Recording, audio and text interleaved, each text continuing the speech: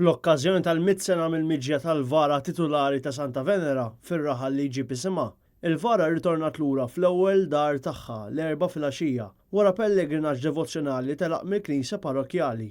Żorna l-Knisja Parrokjali l-Antika ta' Santa Venera u laqgħna l-Pirjol tal-Komunità Karmelitana, Patri Jurgen Kurċardi, illi tagħna aktar tarif dwar din għall-vara. Il-vara titolari ta' Santa Venera saret propju 100 sena ilu minn Karmenu Mallija, imlaqqa mill-Ludi, kien statwarju fħal Ormi, u l-istatwa, il-benefattur tagħha kien Tumas Dalli li kien joqgħod hawnhekk Santa Venera u kien għamel weda li jekk ifiq mill-marda li kienet ħakmitu kien jagħmel statwa ġdida għal din il-knisja li qegħdin fiha. Infatti, il-benefattur kien jgħix passejn il-bot minn din għall-Knisja propju f'Misraħ Santa Venera.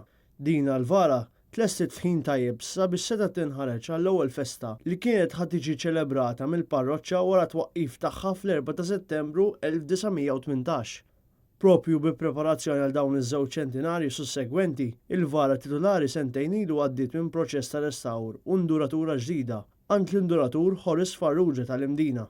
Il-Pirjol għalinna li l-aspettattiva tal-Vendriżi li jiffrekwentaw din għall-Knisja kienet waħda kbira għal din il-ġrajja storika tar-raħal. Nistennewha ħafna dan l-avveniment, stennewh bil-kbir, stennewh għaliex anke pparteċipaw fil-pellegrinaġġ kif ukoll fit-toroq tal-madwar kien hemm ħafna nies li ħarġu jaraw dan il-pellegrinaġġ sakemm l-istatwa waslet hawnhekk.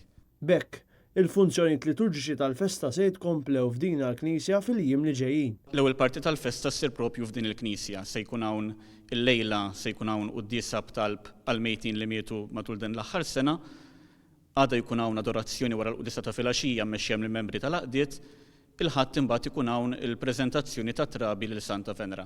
It-tnejn imbagħad l-istatwa ta' Santa Venera terġa' lura għall-Knisja Parrokjali fejn titkompla l-festa għal matul il-ġimgħa. Il-purċissjoni nhar it-tnejn toħroġ mill-Knisja l-qadima fis-7 ta' filgħaxija u tkun akkumpanjata mis-Soċjetà Filarmonika Santa Venera sa dħul tagħha fil-Knisja Parrokjali.